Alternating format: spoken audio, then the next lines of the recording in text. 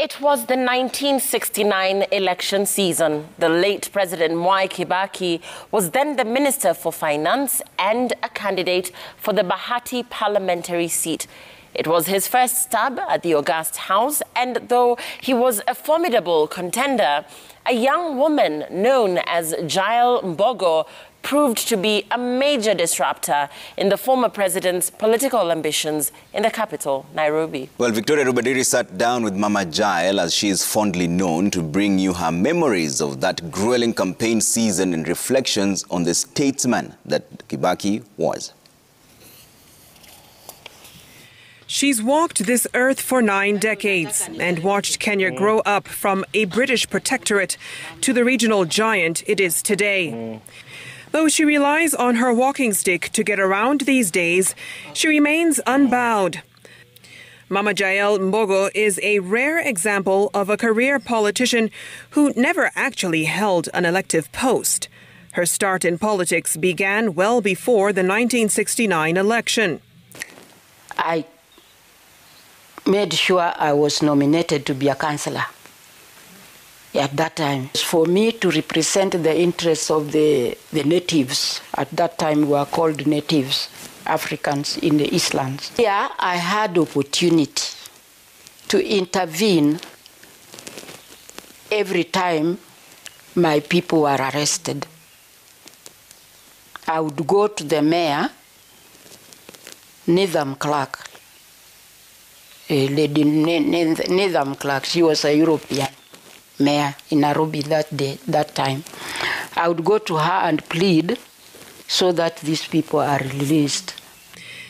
And that she did until 1969, when the opportunity to vie for the Bahati parliamentary seat arose. She was the only woman out of 7 candidates. Each candidate was given 15 minutes to sell their agenda on the same platform. Yeah. But what I decided to do was not to go on the woman platform. I made sure I had my manifesto. Mine was issue-based campaign. One of the most notable contenders was the late President Kibaki, then in charge of the finance docket in Mzee Jomo Kenyatta's cabinet. One thing I observed from Kibaki, he was a gentleman. He respected me, he respected all the other candidates. We didn't have any quarrel, no stone throwing, nothing. The day the election came, it was obvious I had won, even before voting. And he knew it. And we campaigned, and the votes were counted, and he had very few votes. He had very few. In 3 locations, he didn't get a single vote. That was Makongeni, Kaloleni, and Mbotela. Though by the end of the count, Kibaki had won with 500 votes. It was a result Mama Jael was determined to contest in the courts until she was cautioned against it. The late first Chief Justice, Kitili Mwendwa, he told me when he asked me to drop the case, the petition case, he told me one thing, which I've never forgotten. He said, Mama, you are still young. The most important thing is to make sure that your head is on your neck. Keep your head on your neck. Because what lies ahead, you cannot determine, you cannot even understand right now.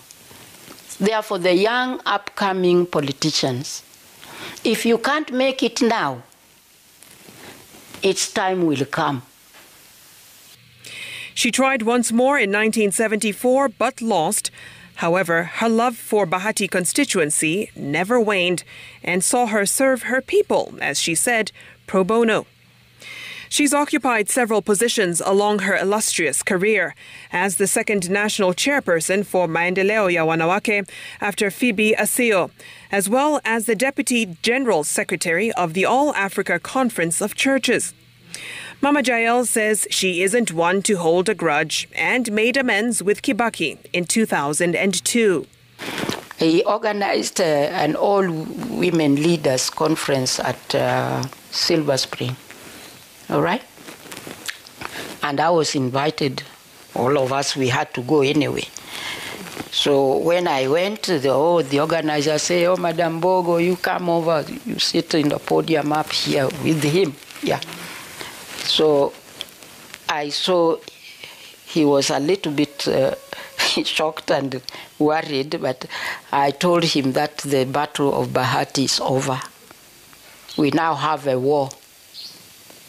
To get Moi out, it will need all our unity and togetherness to work so that we put Kenya on the democratic line.